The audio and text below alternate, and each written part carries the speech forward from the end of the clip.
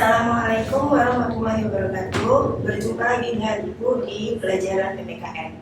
Untuk kali ini, pertemuan kali ini, kita akan membahas tentang hak asasi manusia. Oke, dalam materi hak asasi manusia ini, kita akan mempelajari tentang konsep hak dan kewajiban asasi manusia, ciri-ciri hak asasi manusia, sejarah perkembangan hak asasi manusia, kemudian sejarah perkembangan hak asasi manusia di Indonesia, dan yang terakhir adalah macam-macam hak asasi manusia. Oke, kita kan sering mendengar kata hak asasi manusia, ya, banyak orang menggembar-gemborkan hak asasi manusia. Sebenarnya hak asasi manusia itu apa sih? Hak sendiri kita ketahui bahwa hak adalah sesuatu yang seharusnya atau semestinya kita miliki atau kita dapatkan. Nah, hak asasi manusia sendiri yang dari kata hak asasi. Asasi itu dari kata asas atau dasar. Jadi hak asasi manusia atau biasa kita sebut singkat HAM adalah hak dasar yang dimiliki manusia sejak dalam kandungan, atau ada pula yang bilang sejak lahir, ya, yang merupakan anugerah dari Tuhan yang Maha Esa dan bersifat universal. Nah, hak asasi manusia merupakan hak alamiah yang melekat dalam di setiap manusia yang sesuai dengan kodrat manusia, dan tidak ada seorang pun yang bisa merampasnya. Nah, batas HAM seseorang itu adalah hak atau HAM yang melekat pada orang lain. Jadi HAM merupakan alat untuk menjaga harkat dan martabat manusia sebagai makhluk Tuhan. Oke, baik. Kalau kita bicara soal hak asasi manusia, ya, kita pasti teringat dengan kewajiban. Jadi ada hak, ada kewajiban.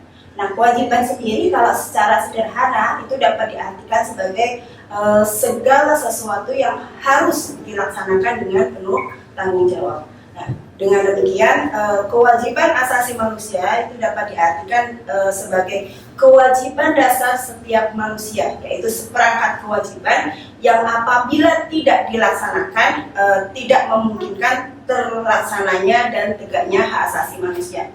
Di sini contohnya seperti ini.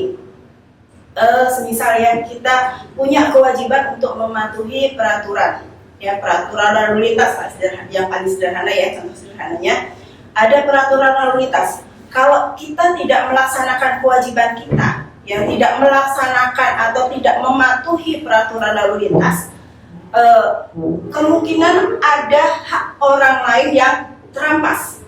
Contohnya, hak orang lain dalam menggunakan jalan secara nyaman. Jadi hak itu terampas, ya. Jadi itulah makanya kalau kita tidak melaksanakan kewajiban, memungkinkan tidak terlaksananya tegaknya hak asasi manusia.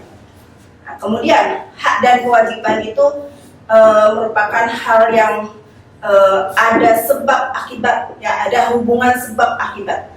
Jadi seorang itu akan mendapatkan haknya bila telah terpenuhi kewajibannya. Contohnya seperti ini, seperti kita sebagai profesional, ya, kita harus melakukan kewajiban kita dulu, kita melakukan kerja dulu, baru kita akan mendapatkan hak dalam bentuk gaji atau honor. Oke, kemudian ciri-ciri HAM itu apa sih? Ciri-ciri hak asasi manusia itu apa sih? Nah, ciri-ciri hak asasi manusia itu ada 4, ya. Yang pertama itu ada hakiki, ya. Hakiki itu ada di setiap diri manusia, ya. Jadi hak asasi itu ada pada setiap diri manusia sebagai makhluk Tuhan. Kemudian ciri yang kedua, hak asasi itu bersifat universal, ya. Yaitu hak itu berlaku untuk semua orang di mana saja tanpa memandang status, ras, harga diri, suku, gender, atau perbedaan lainnya. Kemudian ciri yang ketiga itu bersifat permanen, ya. Jadi hak asasi itu bersifat permanen atau tidak dapat dicabut. Penjelasannya adalah hak asasi ini tetap ada selama manusia itu masih hidup, ya. Jadi tidak dapat dihapuskan oleh siapapun. Kemudian ciri yang keempat itu hak asasi tidak dapat dibagi, atau semua orang itu berhak mendapatkan semua hak, ya. Jadi tidak ada orang ini dapat hak pribadi aja, orang ini dapat hak politik aja, atau orang ini dapat hak ekonomi aja. Jadi semuanya itu dapat haknya, ya. Jadi setiap orang itu mendapatkan semua hak. Oke, baiklah. Sekarang masuk ke sejarah perkembangan HAM. Jadi HAM itu kapan sih mulai digaung-gaungkan? Ya. Jadi sebagian pakar itu ada yang berpendapat bahwa kelahiran HAM dalam bentuk peraturan tertulis itu berawal di Inggris. Jadi pada tahun 1215, ya, di masa pemerintahan Raja John. Pemerintahan Raja John, jadi masyarakat Inggris itu menentang kepemimpinan Raja John yang sewenang-wenang. Jadi terhadap rakyat dan terhadap bangsawannya, Raja John ini sewenang-wenang. Jadi kemudian lahirlah sebuah deklarasi atau piagam agung, ya, untuk mengurangi kekuasaan raja yang disebut Magna Carta. Kemudian pada tahun 1948, ya, PBB itu mengumumkan sebuah deklarasi bagi semua anggotanya di seluruh dunia yang dinamakan Universal Declaration of Human Rights.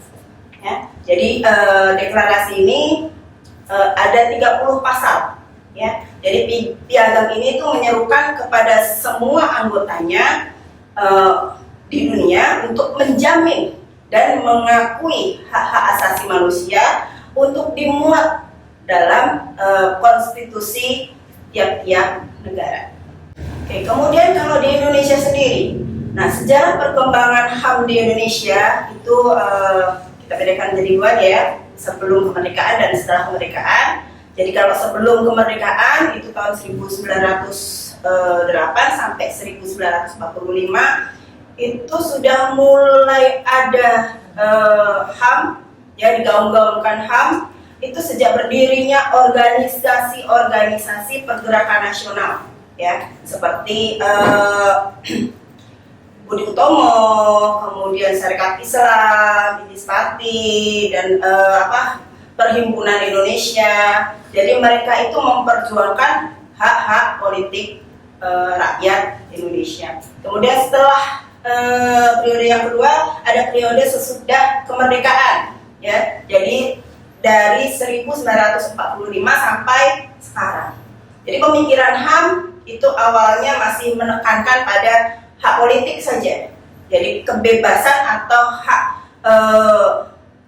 berpendapat, berserikat, berkumpul, ya, gitu.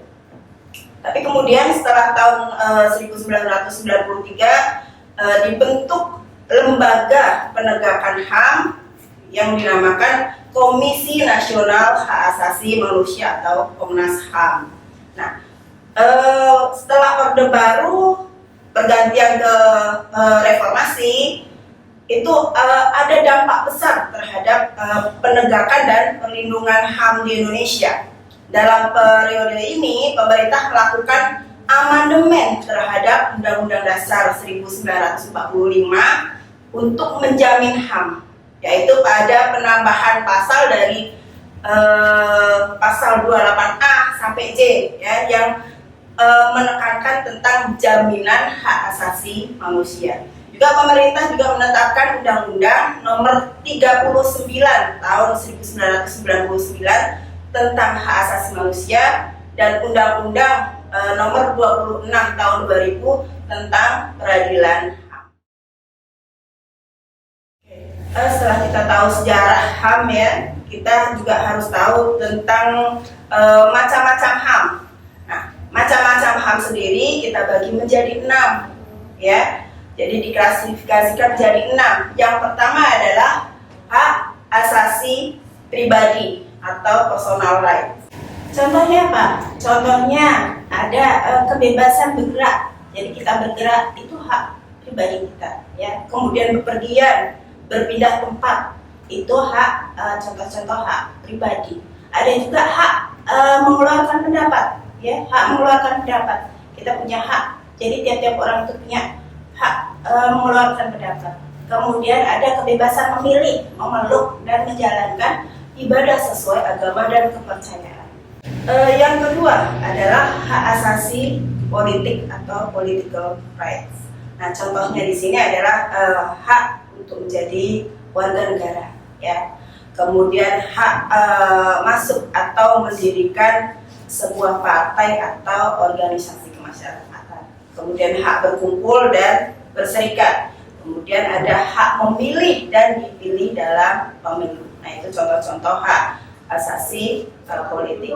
Kemudian yang ketiga itu ada hak asasi ekonomi atau property rights, ya. Contohnya di sini adalah hak memiliki, mencari dan mengumpulkan kekayaan. Kemudian ada kebebasan memilih pekerjaan, ya, pekerjaan yang layak, ya. Kemudian ada juga hak untuk menjual, membeli dan menyewa. Kemudian hak asasi yang keempat adalah hak asasi hukum atau rights of legal equality. Nah, contohnya di sini adalah hak untuk mendapatkan perlakuan yang sama dalam hukum dan pemerintahan. Oke, yang kelima adalah hak asasi sosial dan budaya. Di sini contohnya adalah hak untuk mendapatkan pendidikan atau pengajaran, hak mendapatkan kesehatan, pelayanan kesehatan, kesejahteraan, dan perumahan yang layak. Kemudian ada lagi hak untuk mengembangkan dan berpartisipasi dalam kebudayaan. Dan ada juga hak untuk mendapatkan perlindungan terhadap karya cipta. Nah, yang terakhir adalah hak asasi dalam tata cara peradilan dan perlindungan atau procedural rights, ya. Jadi di sini contohnya adalah untuk mendapatkan peradilan dan perlindungan dalam penahanan, penangkapan, peradilan, penyitaan atau penggeledahan. Jadi di sini seperti misalnya nih, ya, seorang narapidana atau tertuduh, ya, narapidana atau tertuduh itu tidak langsung ditangkap, tapi harus ada prosedurnya. Oke, sekian dan terima kasih untuk materi kali ini. Wassalamualaikum warahmatullahi wabarakatuh.